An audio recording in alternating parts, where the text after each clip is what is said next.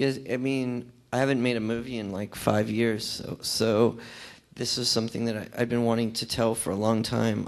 Well, I think it's my most ambitious film. It would be. I just want to go to a place that I've never been before, So what about the process, though? Do you think your process will have to change because of the mechanics of working in a larger budget? I mean, a little bit. I mean, as I'm doing things in this movie that I hadn't done before, stuff with effects and just different. I just want to push myself in a certain way. But it's still, it's still one of my movies, but it's it's difficult to get made. Yeah. But you're going in with a... We'll start shooting in October, but, it's still... But you're going in with a complete script. This one is... and is it much sort of more narrative than anything you've done Probably before? in a while. I mean, it's still...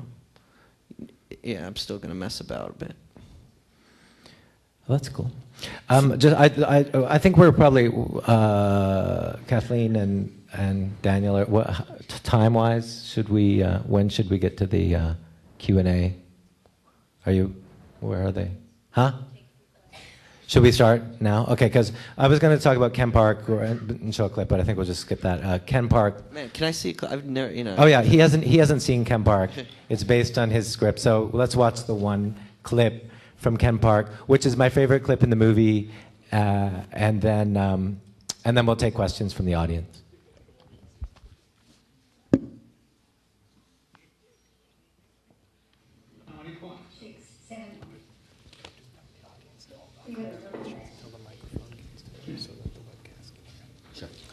And where's Daniel? And where's the mic gonna come from? Your turn, Kate. Mike, the cute guy will be bringing it up.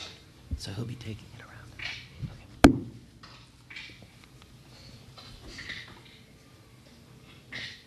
That's 23 points.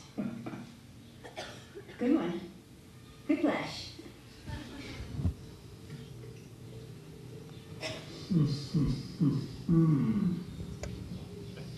It's your go. I'm going. I'm just thinking. You see the thing? Maybe you need new letters. Huh? I'm down. S R P I. Sippy? That's not a word. What's a sippy? Sippy is part of the body. Oh, really? It's a part of the body. What part of the body is it then? Below the hip. Challenge. That's not a word. It's below the hips. Wilson. You don't have to challenge me on every word. I think sippy's a word. I think it is.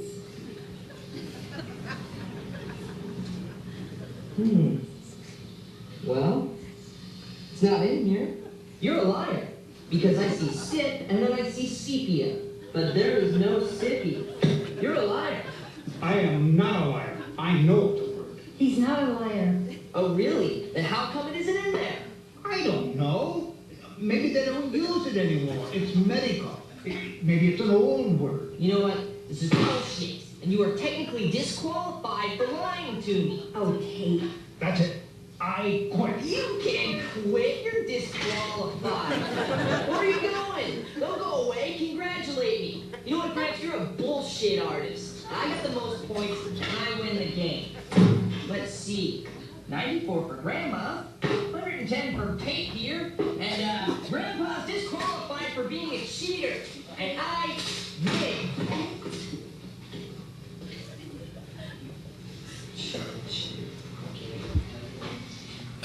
That's good. Of course, that character later on brutally murders his grandparents with a knife. But you wrote that, right? Yeah, but I love that. I love all scenes in movies having to do with Scrabble, for one thing. But what was that? Where did that come from? Well, I just like Scrabble, and I play a lot. And yeah. Do you play online? Man, that looked like some infomercial, though. That's strange. The way it was shot? Yeah. Okay. We'll tell Ed that. Or just no, not the way we shot the acting. Oh. It looked strange. That looked great.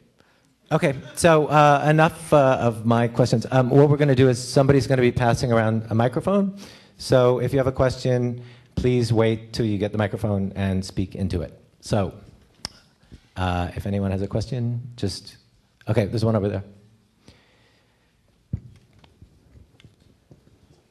That's a good shirt. Okay, in Shab, Philadelphia, and crack up at the race riots, there's a quote from Al Jolson that says we're all basically bisexual. I really like that. And also, I wanted to know why you took blackface out of Gummo. Why'd you cut that out? I really liked that. It's in that DVD. It was good. Yeah. It was, that's a great shirt. Yeah. Thank you. Thank you.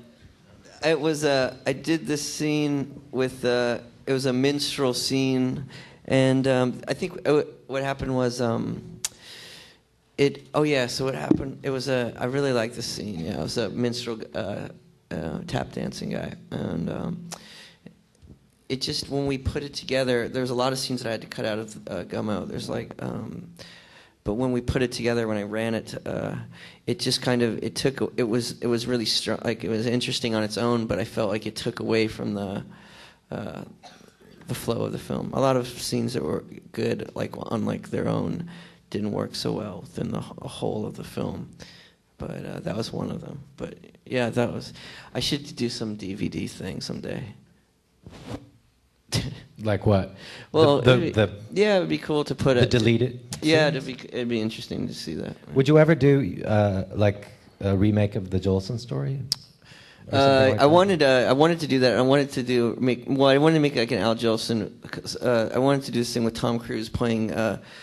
Was Eddie Goodell? You guys know there's like a midget baseball player.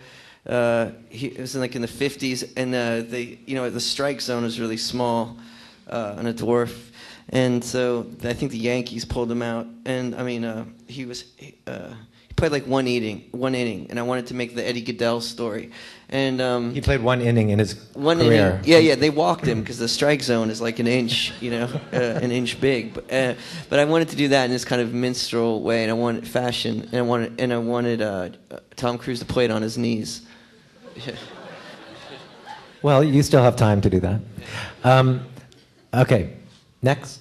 Hey, yeah. You mentioned before how kids is very natural, and I was just wondering, on average, how many takes would a scene take? For which movie? That movie? For kids. That movie, I think they shot a pretty fair amount of film. It was the kind of thing where I think Larry was letting the camera roll, just keep going.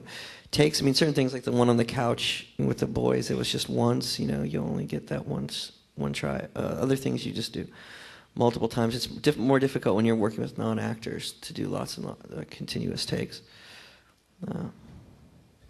What about like the scene in the park in Kids where they beat up the black guy? I mean, something like that. Yeah, I mean, anytime you see like a lot of different camera angles and stuff like that, there's probably that was probably I to be honest with you, it's like so long ago I can barely remember that.